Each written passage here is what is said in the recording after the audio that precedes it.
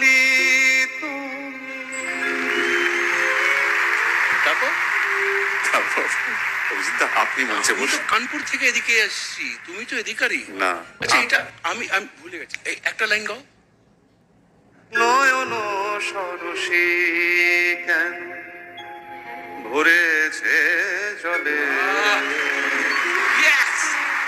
কত কি রয়েছে লেখা কাজলে কাজলে, নয়ন সরসী কেন বেদনার কলি তুমি।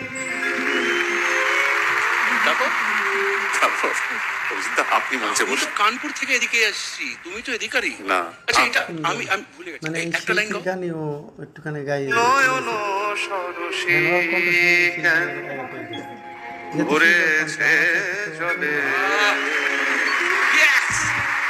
কত কি রয়েছে লেখা কাজলে কাজলে,